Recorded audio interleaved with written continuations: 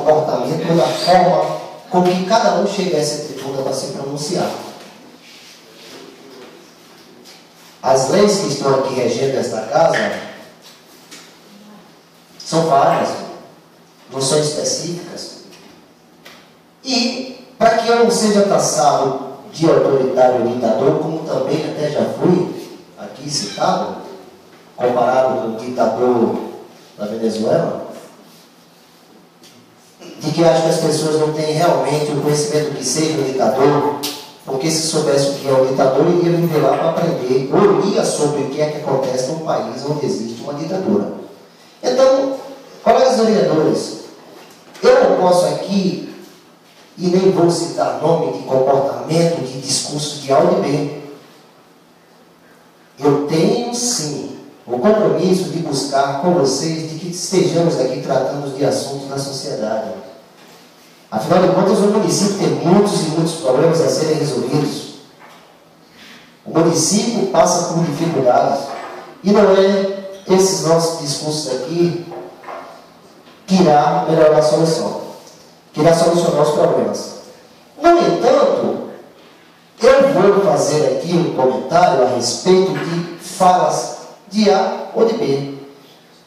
Quero simplesmente dizer que toda ação provoca uma reação.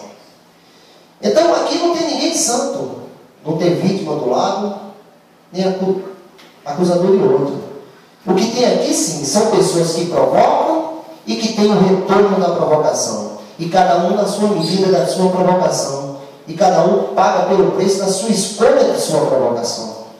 Então, portanto, meus amigos, repensem quando você quiser tratar de assunto aqui, de estar provocando o outro, porque você vai ter do outro lado alguém que vai reagir com a mesma altura. Então, gente, como é que você provoca fulano e você não quer ter uma reação? Eu vejo aqui que inúmeras das vezes eu fico ali e fico observando. E isso aí eu vou fazer diretamente aos colegas vereadores, alguns que se manifestam.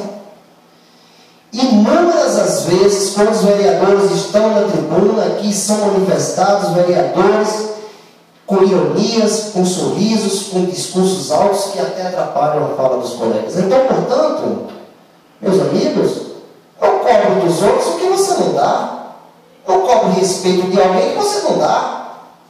Você quer respeito? Respeite. Eu acho que é assim que a gente tem que se comportar. Não posso me dirigir ao colega vereador, se não com respeito, pois o mesmo me trata como tal. Agora, se você me desrespeita, evidentemente que eu vou procurar minha defesa e me manifestar de uma forma que eu possa estar mostrando de que você está errado. Então, essas manifestações aqui sempre acontecem. Em relação ao colega vereador